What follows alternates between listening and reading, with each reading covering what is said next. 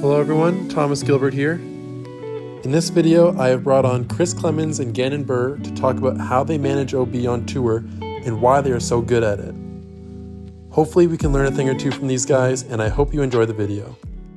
So, hey everyone, we got Chris Clemons here. He is going to help me today because I throw OB way too much and he throws OB very little. So, Chris, your off season going pretty good? Yeah, it's been nice. I played with a couple, we've played a couple different courses up here in Indiana and with a couple like new people that we've never played with before. So it's been pretty nice, but we've been playing more pickleball than disc golf. Nice. Yeah, pickleball is definitely a good way to stay active. It's a lot of fun, good coordination, so definitely really good. But yeah, let's get right into the OB rates. So Chris, your OB rate is 0.092, and just to put that in comparison, my OB rate is 0.204. So you have twice as little OB rate as I do. I So throw does that OB mean twice like, as much as you. so does that mean like per 1,000 throws I throw would be 92 times?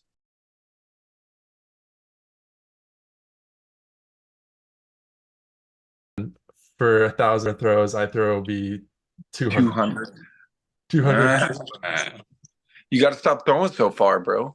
I know. Yeah. So, also I wanted to just kind of clarify because you are, in my opinion, the best OB thrower or OB lacking of thrower on tour because you're 41st in OB rate on UDisc, but every player below you either has played a partial tour or mainly European tour. And from experience, I know that Europe doesn't have traditionally as much OB on their courses as we do, obviously, on the US tour. And so, in my mind, you are the best in the game. So yeah, what do you think kind of is some of the reasons for you to be able to throw so clean throughout most of these courses?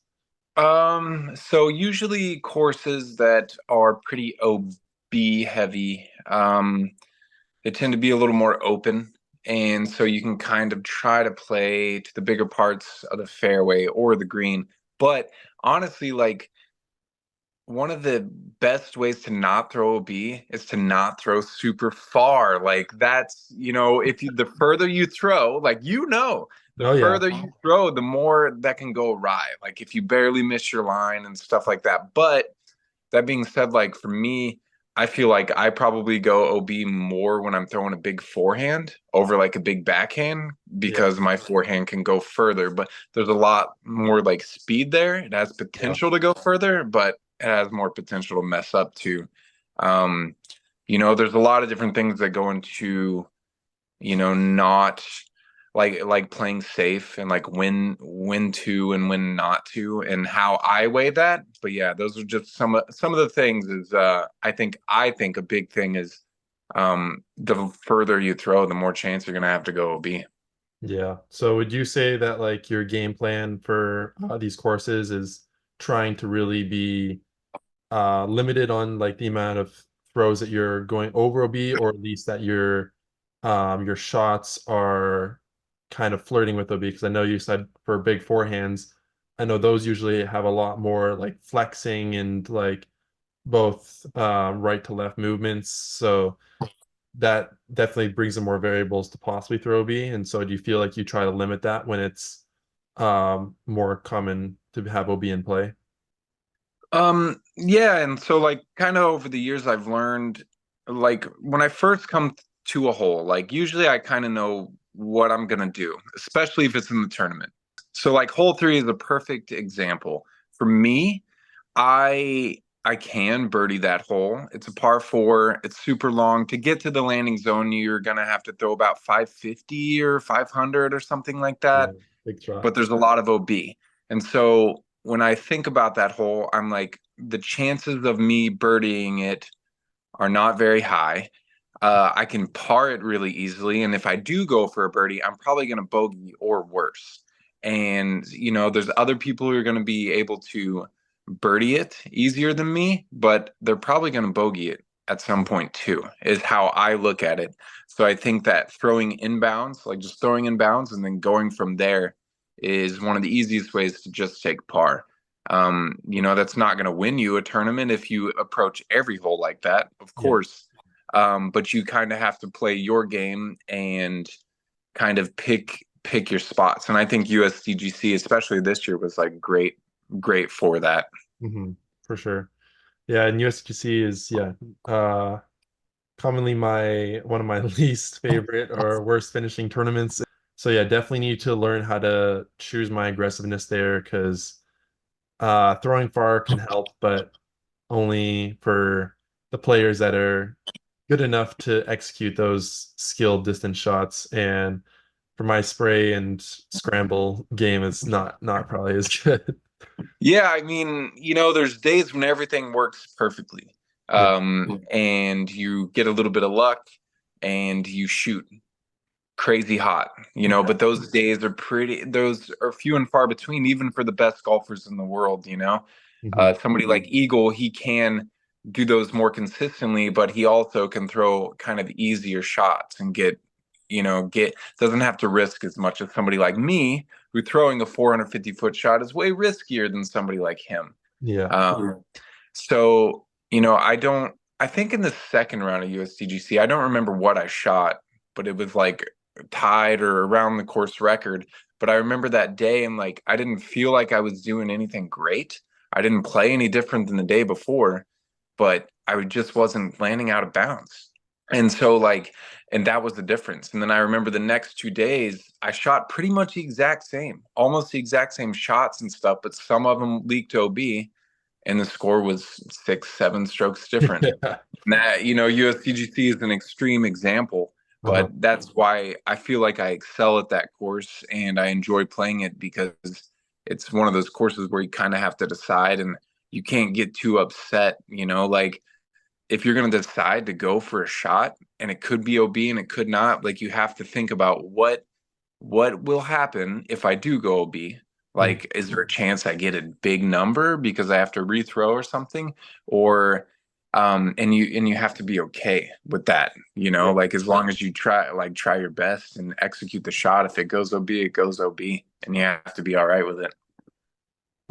Any other kind of like OB management plans that you use on some of the courses on tour, just like in general, that you use to try to eliminate OBs? Like, yeah.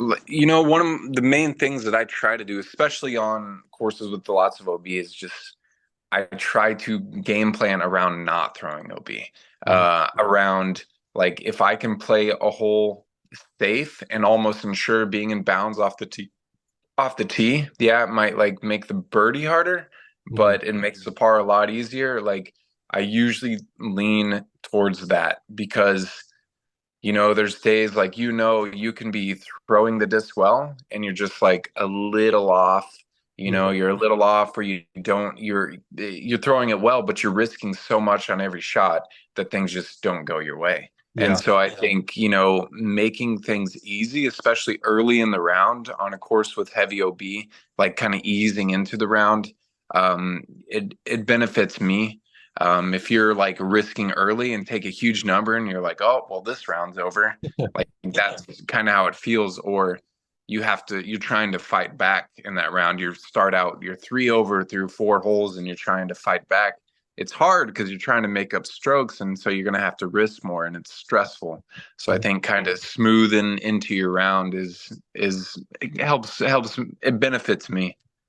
Yeah, for sure. Yeah, I think that's really helpful because it's something that I don't usually strategize with too much. It's because even on those days that you are a little bit off, if you're trying to be in like a safer landing zone, even you're a little bit off, could probably still be in bounds. Where I think a Right. lot of times I'm uh trying to go for the ideal landing zone, which will make the birdie the easiest. But if I throw it a little bit shorter and a little bit fatter of the fairway, then I can still execute that shot from 50 feet further back and hopefully be able to still get up and down for the birdie and just rely on that and not try to push that extra little bit of distance that might help get the birdie, but risk that OB so much more.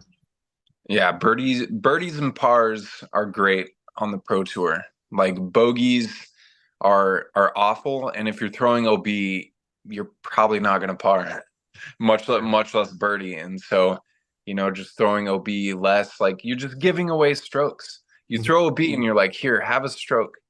Here, just have one, just have one. Like you didn't even earn it. You didn't even like get to throw the disc. They just give you one. Uh-huh. So I detest going OB. Yeah, that's good.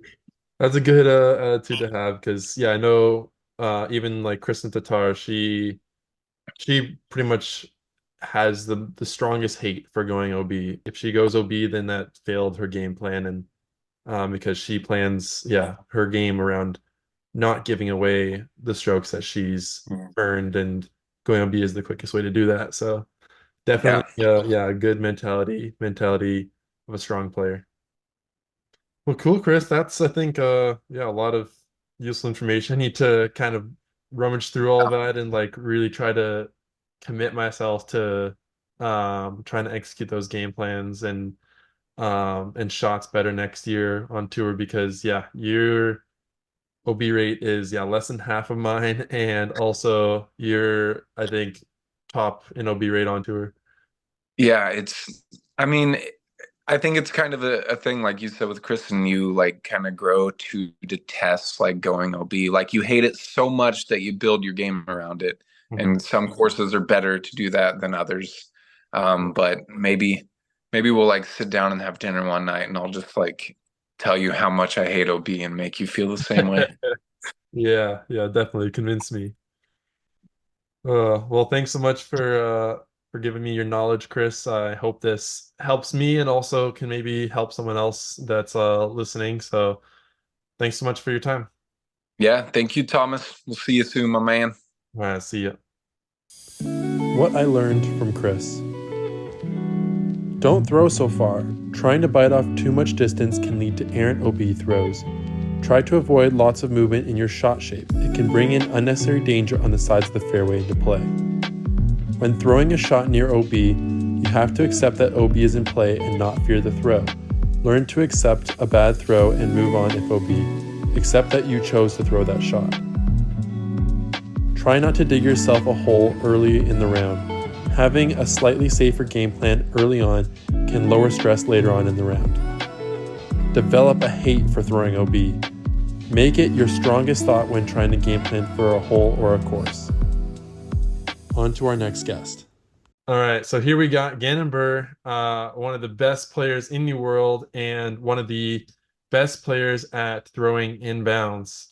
Today I have him here to try to help me, who is very prone to throwing out of bounds, learn how to try to avoid that so I can try to improve next year's tour. I got the little picture behind me of Gannon caddying for me at the Tour Championship, and hopefully you can give me some more good advice today. Gannon, how's your off season going? I see you've been making some videos, doing some stuff. Looks pretty good. Yeah, I'm definitely trying to get some off-season content uploaded to, kind of build the hype around what's going to be happening this off-season. Because I'm in a contract year, so something's going to be happening. And yeah, I'm just trying to obviously grow my brand as usual and just keep putting out content because I feel like I don't know, my content quality might not be the best, but yeah, I feel like as long as I get some stuff out, I'll improve. Yeah. Any particular like off season grinding that you've been doing? I know last year you gained a lot of weight and like as well did a lot of just working out in I the became gym. so fat. Yeah, you came a very fat 175 pounds. Um, yeah, it's pretty much the same thing as last year.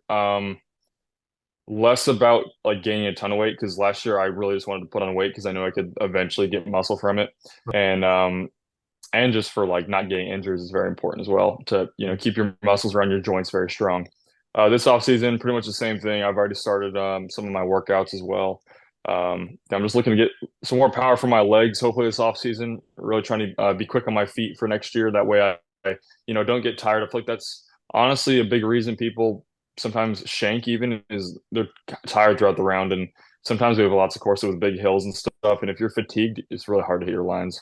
Yeah, yeah, for sure. No, definitely that's an important part of it is I definitely feel like the slug sometimes in a round, usually more in practice rounds because I kind of always have that Yeah, like yeah, jitteriness from a tournament and keeps me like still committing to shots, but definitely like yeah, your body just gets tired and it feels like you're not able to throw like uh-huh. 75% of your power when even if you're trying 100%. Well, yeah, here we go. We got the OB discussion to have. So you have one of the best OB rates. You're known. You've said in interviews as well how good you are at managing the course on the pro tour, and even in particular situations on more open courses with lots of OB, you've proven yourself to be very good at keeping in bounds and giving yourself still lots of opportunities. So just to bring up one of the stats, your OB rate is actually 0.100 for the 2023 season. Obviously, you played a lot of courses with very much like very heavy OB. There are a lot of people in the UTA stats that have lower OB rates, but they played a lot in Europe or some of the tournaments that really wasn't as brutal for lined OB.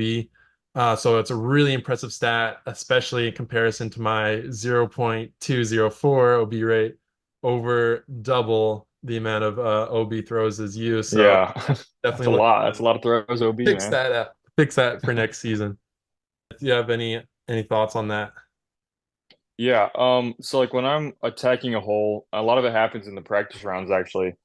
Um, I'm mainly looking for a lot of times let's just say it's a par three. Let's look at the green. So Hmm. uh it does help that I'm a really good putter as well. So it kind of takes some stress off of, trying to park holes as well. I Hmm. think that's a big thing is people try to get it too close or they try to just put it close to the basket when in reality, I think Isaac Robinson does this really well as well. He really just so many shots I've seen him throw over OB the entire way. They like never have a chance of going OB, but then he still ends up circle's edge on the safe side of the OB. So I'm trying to think of a good example of a hole, but I'll use hole six from OTB, I believe. It's a par three with OB water on the right, Yeah. and so on a hole like that, if you're throwing let's just say you're throwing a backhand shot, yeah, I think it's very important to, I like literally just pretend the basket's 35 feet left, and I just try to park the 35 feet left. Because I know if, give or take, I'll probably be 15, 20 feet off. So I'm either going to have between a 15 footer and a 45 footer. So somewhere around there, I'm going to have my range. And with how, solid my circle two putting is, I feel pretty good about making that. Yeah. And a lot of it is just kind of remaining calm throughout the entire round because there's a lot of times where you feel like you need to get a stroke back, and the only way you're going to get a stroke is if you park it. A lot of times that really puts you just further in the hole, and you're, even further back. And then that's kind of where the blow ups happen. And one thing, a lot of my good tournaments this year and in years past are my rounds. I just don't take bogeys, and Mhm. there's definitely a way to do that. Obviously, there's a lot of execution based in that. But there's also a ton of game planning and just decision making while you're throwing in the tournament. And so I remember Idlewild this year, I really, really made it apparent that I would, on the holes that had OB, that I was going to throw in bounds no matter what. So I basically executed my game plan 100% how I wanted to. Obviously, like I said, you still have to be throwing good shots, Mhm. but maybe you aren't as good as throwing good shots, and then you just play even slightly safer. And so a lot of it I talk about these two things match. Your ability to play disc golf and how good you are matches with, how aggressive you're able to get. And however good you are is how aggressive you can get. And so, for example, this is why Calvin is kind of crushing everyone in Yeah. 2023. It's because I believe he's the best player at being aggressive because he's a really good player. Mhm. And so a good example is hole 10 at USDGC. It's a par four we play. It's about 500 feet probably to get to the basket. And it's a hole where, you can, a lot of people lay up for the birdie, but me personally, I do go for the eagle. But I Mhm. remember a couple years ago, I didn't go for the eagle because I knew it wasn't worth it. And so in my head, I kind of play the percentages of, you know, maybe, maybe, in 2021, when I was laying it up, if I would have gone for the hole, maybe I would have got it 2 out of 10 times or 3 out of 10 times Yeah. where, it can happen. You can still get the eagle. It's not like I didn't have a lack of distance. I just wasn't as accurate and as consistent. Where Hmm. these last couple of years, I feel like I can get it at least half the time. And so I think there's a lot of players on tour, and the issue happens is when you have really high potential and when you can throw far, when you have executed those shots, Yeah. like yourself, I guess. Uh-huh. Um, and I don't blame you for it because if you know you can do it, then yeah, I mean definitely you can definitely go for it. But at the same time, you have to know, what your percentages are that you're actually going to make it in bounds. It doesn't matter. Really, it's the consistency factor that's the most important part because I think a lot of the times we've seen a couple players that I look at. I talk with my friends about them on the pro tour. I'm like, well, why are they shooting so bad? And I look at their games and they kind of tend to have like to 1 to 2 to 3 shanks around, and Yeah. they might not be huge shanks, but they're enough to where throughout a 3 or 4 round tournament that adds up to like 12 to 15 strokes, and so it adds up really really quick. And so a way to eliminate that is even when you shank, it still stays in bounds.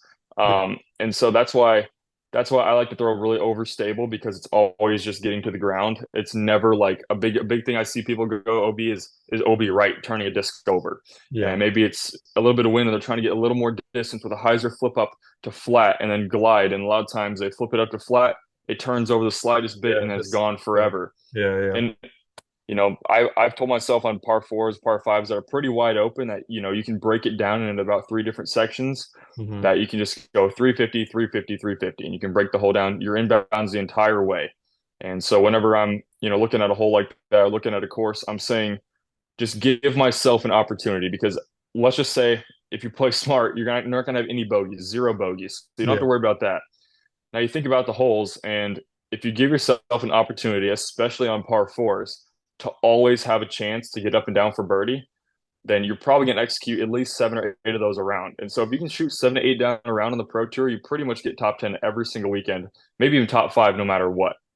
And so that's definitely something I look at. And I have had tournaments where I do play a little more aggressive, even when my game's off, and it doesn't pay off. And so I feel like for me, it's kind of situational, I guess. Yeah. If I'm in the mix at a big tournament, then I tend to play a little bit smarter, a little bit safer. But my game's also better that week.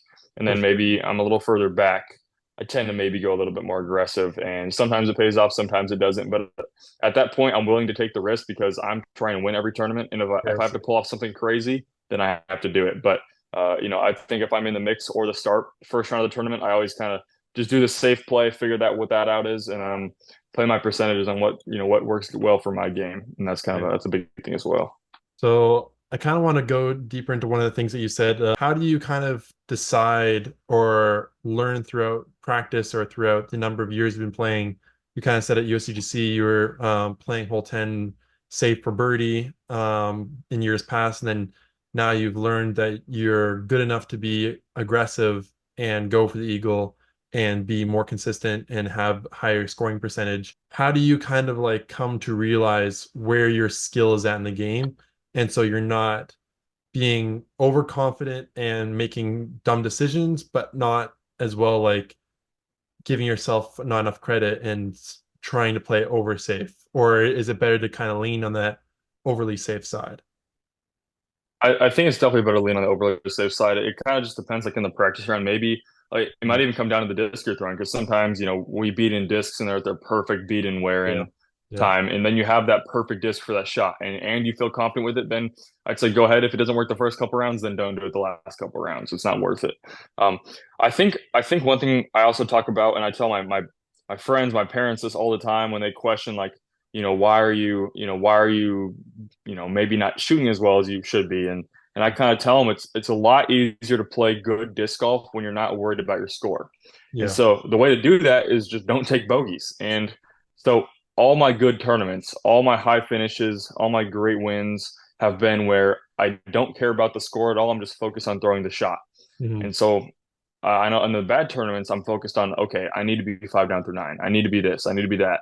And then it kind of gets in my head, and then you make 1 or 2 mistakes, and then you have all this pressure on you just to keep going for stuff, and that's where stuff can kind of tumble down a dark path. And Yeah. Yeah. And so would you say that your OB plan kind of like depends on the course as well? Like, are you having specific levels of like safety or caution on certain courses, and then other courses it's more of attack. For example, a course that has lots of OB where you've had some really good success, but as well, I know like this year at DDO, um, it really go well for you in the last bit of the tournament.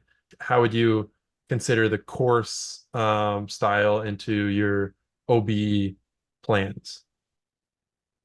Yeah, I feel like I had two or three rounds that majorly affected my season this year. One of them was that last round at PDO.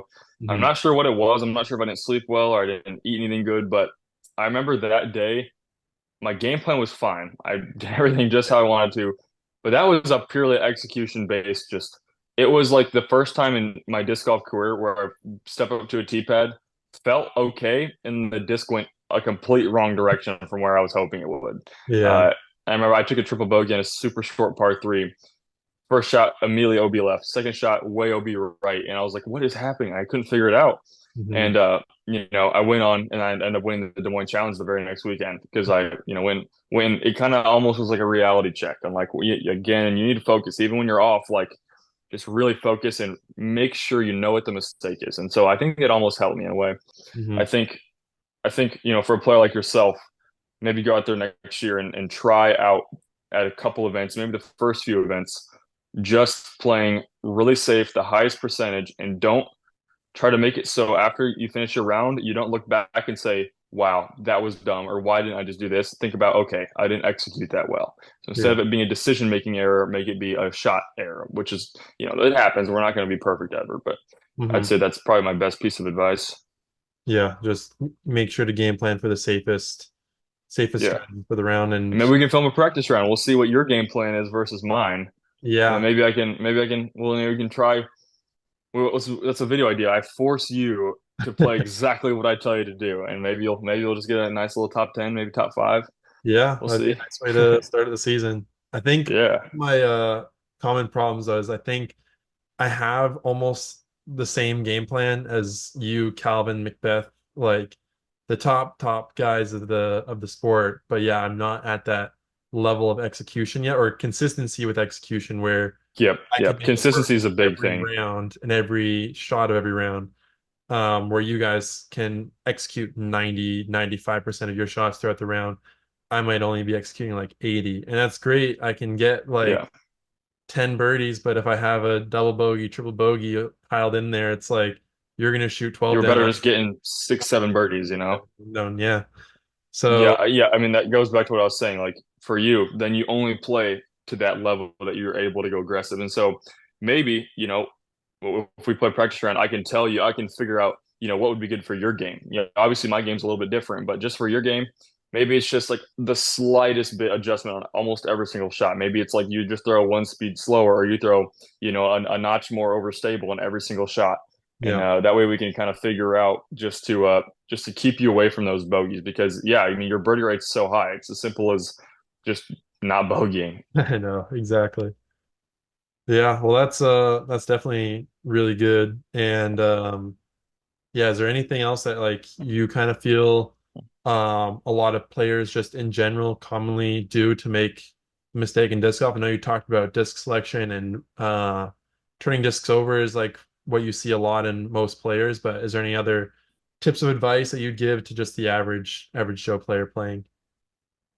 Um, I guess for myself, I just try to make it really easy. I'm like, okay, let's say I have a somewhat open shot and I need to go slightly left. I'll be okay. I'll pick a tree in the background. I'm gonna throw my disc flat and hard at the tree, and I just know it's gonna fade in front of it because it's a really overstable disc. And Hmm. so, let the disc do the work. Don't try to work super hard on shaping a shot. Hmm. Yeah, I use the same thing with my putting. Is I call it what I tell myself is try to put the disc in the right airspace. And usually, if you put a majority in the a right-ish area, it's going to end up fine. And so don't be looking so far down the fairway, or don't be looking at like I when I putt, I don't even look at the basket. I look in the air above the basket, and I try to hit this hula hoop almost and dive the putt in. And Hmm. so I'm looking a little bit sooner, and because that's really where where those misses happens. If you think about, that 1 degree off of your release point on a backhand can end up, being 40, 50 feet in the wrong direction whenever you're way down the fairway. But if you make sure you're focused on that very, just the first couple feet out of your hand, that's what I do with my putts and my drivers. The first couple feet out of my hand, make sure it's in the somewhat correct area. It's the same thing with playing your percentages. The percent of the time, you put it in a somewhat good area, it's probably going to end up in a somewhat good position. Yeah. And so that's just the main thing. And then just to wrap it up, I guess it is the off season. We have this time, this beautiful time in the season to practice and really train up. What pieces of advice would you give to really hone in these skills of being accurate and dialed in your throwing, and also like disc choice and decision making? What kind of things can I train throughout this off season to try to be better at these skills when I'm coming into the next 2024 season? First, you got to get out of Canada. I know it's literally snowing right now. Yeah, it was. I went out on Thursday and it was 12 degrees in Iowa. It's Yeah. really bad here as well. And so, I mean, if I were you, definitely just try to get a couple throws, out every day or whatever. And it's going to probably suck because it'll be cold and snowy, but Yeah. it's worth it. Or, if you can, maybe take a little, week or two vacation down to, I mean, I'm sure you have friends in Florida or something that you could Yeah. probably stay with for a week and a half, 2 weeks, or maybe Uh-huh. even right before the season to get dialed in. But But yeah, I, I'll I plan on being in think, Florida pretty much January till the start of season. okay, that's good. Yeah, I'd say when you go down there, when you play your rounds just for fun or casually, try to do those things and try to mix it up. Almost, you know, like look at a hole and look at all the options. Maybe think of a certain player. Like if look at my game, you're like, okay, Gannon would flex this hole. Well, then maybe you try a flex shot. And so I would say like just basically play the game the opposite of how you would play the hole, because maybe it can unlock something. And then obviously there's still some holes that your play is the right play. It is the right play. But Uh-huh. then there's some holes where maybe it isn't. And so that's when you maybe think about another pro, think about someone else's game plan and what they would do there. And yeah, just envision the shot and see yourself doing it as well. And then, once you find that good success with it, it'll probably transfer to the course. And, when the pro tour comes around, you're gonna feel comfortable. That's, a big thing is just the stress of having to play good. If you just make it easy on yourself, don't take bogeys. We're good enough. We're gonna get birdies. It's gonna happen. We're not gonna go a whole round without a birdie unless you're me at Masters Cup this year.